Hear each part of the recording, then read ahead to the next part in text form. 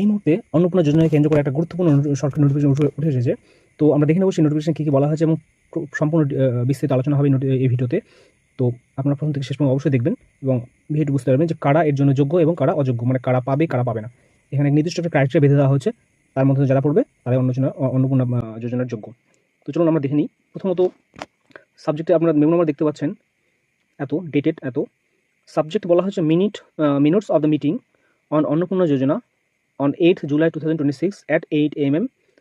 8 a.m. to 2:30 p.m. মানে অন্নপূর্ণা যোজনার উপর একটা সংক্ষিপ্ত একটা মিটিং। কি বলা হয়েছে নোটিফিকেশনে, মিটিংয়ে কী কী হয়েছে সেটা বিস্তারিত দেখে নিচ্ছি আমরা। বলা হচ্ছে review meeting on Annapurna Yojana post benefit distribution was chaired by the secretary Women and Child Development and Social Welfare Development Government of West Bengal today. NSC team nodal bank representative were also present. District magistrate, additional district magistrates, SDOs, BDOs, officers of the commissioner KMC were present in virtual mode.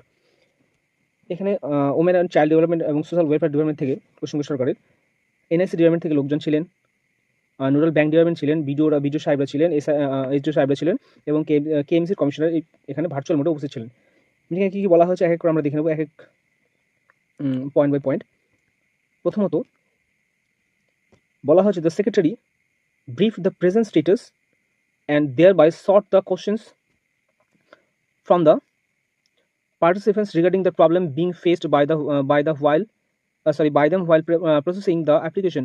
DM Murshidabad, ADMs 20 ADM South Chব্বিশ Parganas, Nodia, Malda, Dakshin Dinajpur, DSW Purulia, Purbo Medinipur, Chief Manager of Headquarter, KMC SDO, Rampurhat, Arambagh, Coachbihar, BDO Baduria, Kharagpur 1, Labpur, Jagatballabhpur, Chatna, Kharagpur। যাই হোক, এই প্রায় সমস্ত রাজ্যের BDO সাহেবরা এবং এসডিওরা এই মিটিংয়ে ভার্চুয়ালি উপস্থিত ছিলেন। তাদের এক এক করে বক্তব্য কী, আমার কী কোশ্চেন ছিল, কী কোয়ারিজ ছিল এবং তার অ্যান্সার কী বেরিয়েছে আমরা দেখে নিচ্ছি।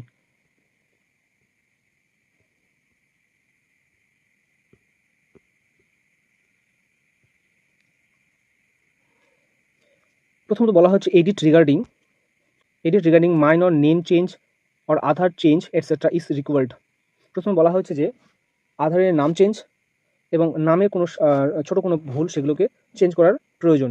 NSC will provide it at enquiry officer and verifier level by the today positively. বলা হচ্ছে এখানে আনসার দেওয়া হয়েছে এই কোশ্চেনটার যে আজকের মধ্যেই এনএসসি টিমে কাউকে নিয়োগ করা হবে যাতে এই কাজটা করা যায়। পরবর্তী বলছে there will be provision in the portal for rejection of beneficiaries letter if found ineligible during field inquiry. পরবর্তী এটা কোশ্চেন করা হয়েছে সেখানে কি কোনো রকম প্রভিশন থাকবে যেখানে এখন হয়তো যারা এলিজিবল হয়েছে কিন্তু পরবর্তী ফিল্ড ইনকোয়ারি পর দেখা গেলো তিনি ইনএলিজিবল হবেন, তখন কি তাকে বাদ দেওয়া যাবে? Reverted application will be made available at inquiry officer level.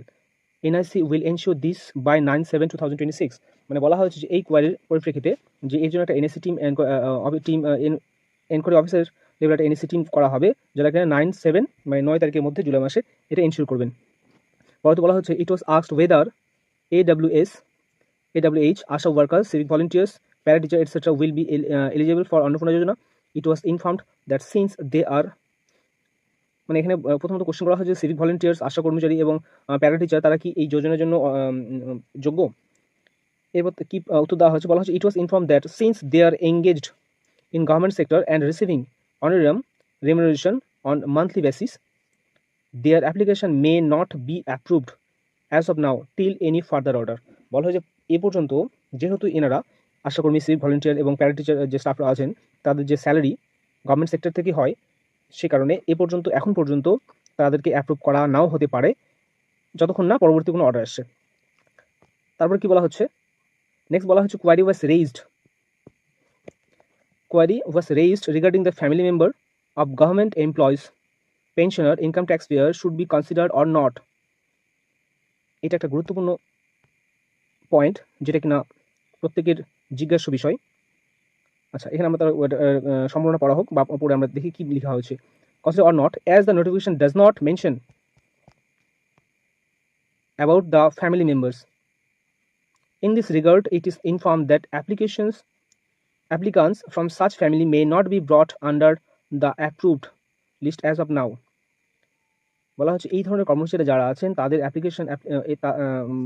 অ্যাপ্লিকান্টসরা হয়তো তাদেরকে অ্যাপ্রুভ নাও করা হতে পারে এখন পর্যন্ত। Priority should be given to the actual needy and eligible women in this regard clarification would be issued. বলা হচ্ছে প্রথমত প্রায়োরিটি তাদেরকেই দেওয়া হচ্ছে যারা অত্যন্ত, যাদের প্রকৃতপক্ষেই প্রয়োজন তাদেরকেই দেওয়া হবে। তারপরে তো বলেছে ভিডিও তাগাড়া কোনো ভিডিও সাহেব জিজ্ঞাসা করেছেন asks the cinchona plantation worker to be eligible or not. বলছে সিঙ্কোনা যে প্ল্যান্টেশন যারা চাষ করে তাদের যে ওয়ার্কাররা আছে তারা কি এর জন্য এলিজিবল হবেন কিনা, যদিও দেয়ার ওয়ার কোয়ারিজ। এবং তার সঙ্গে কিছু জিজ্ঞাসা করা হয় যে জিএসটি পেইং যারা আছে তারা কি করবেন, having 3 pucca room and more than 550 decimals of land will be consider or not. তো এর পরবর্তী নোটিফিকেশনগুলো পাওয়া যায়নি, পেলে আমি অবশ্যই আবার আপনাদের সামনে নিয়ে আসবো। তো আপনারা দেখে নিলেন এই নোটিফিকেশনে কি বলা হয়েছে। প্রথমত এখানে আশাকর্মী, প্যারা টিচার, সিভিক ভলেন্টিয়ার্স যারা আছেন তারা কোনোভাবেই আপাতত পাচ্ছেন না যতক্ষণ না পর্যন্ত ফাইনাল এর পরবর্তী কোনো অর্ডার আসে তাদের ব্যাপারে। বলা হচ্ছে টিল এনি ফার্দার অর্ডার।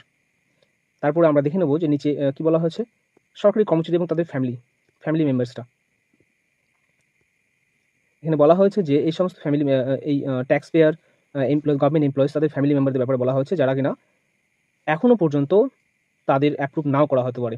এখন শুধুমাত্র তাদেরটা দেখা হচ্ছে যারা প্রকৃত পক্ষে যারা প্রয়োজন, মানে যাদের প্রয়োজন এই সাহায্যটা, গভর্নমেন্ট হেল্পটা। In this regard clarification would be issued. এই ব্যাপারে পরবর্তী কোনো নোটিফিকেশন জারি হতে পারে। তো আপনারা দেখে নিলেন অন্নপূর্ণার ফাইনাল ক্লারিফিকেশন। আপাতত এটাকে ফাইনাল ক্লারিফিকেশন বলা যেতে পারে, কারণ বহু প্রতীক্ষার পর একটা ক্লারিফিকেশন বেরিয়েছে। কারণ এতদিন পর্যন্ত লোকজন বুঝতেই পারছিল না যে কেন পাচ্ছে বা কেন পাচ্ছে না, কোন ক্রাইটেরিয়ার উপর ডিপেন্ড করে এই ডিসিশনটা নেওয়া হচ্ছে। তো আপাতত একটা ডিসিশন সামনে এসেছে বা একটা ক্লারিফিকেশন সামনে এসেছে, আমরা আপাতত এটাই ধরে নেব। ঠিক আছে, আপনাদের ধন্যবাদ। দেখা হচ্ছে পরবর্তী গুরুত্বপূর্ণ ভিডিওতে। এর পরবর্তী যদি কোনো নোটিফিকেশন বেরোয় তো অবশ্যই আমি আপনাদের সামনে আসবো। ধন্যবাদ, সুস্থ থাকবেন, ভালো থাকবেন।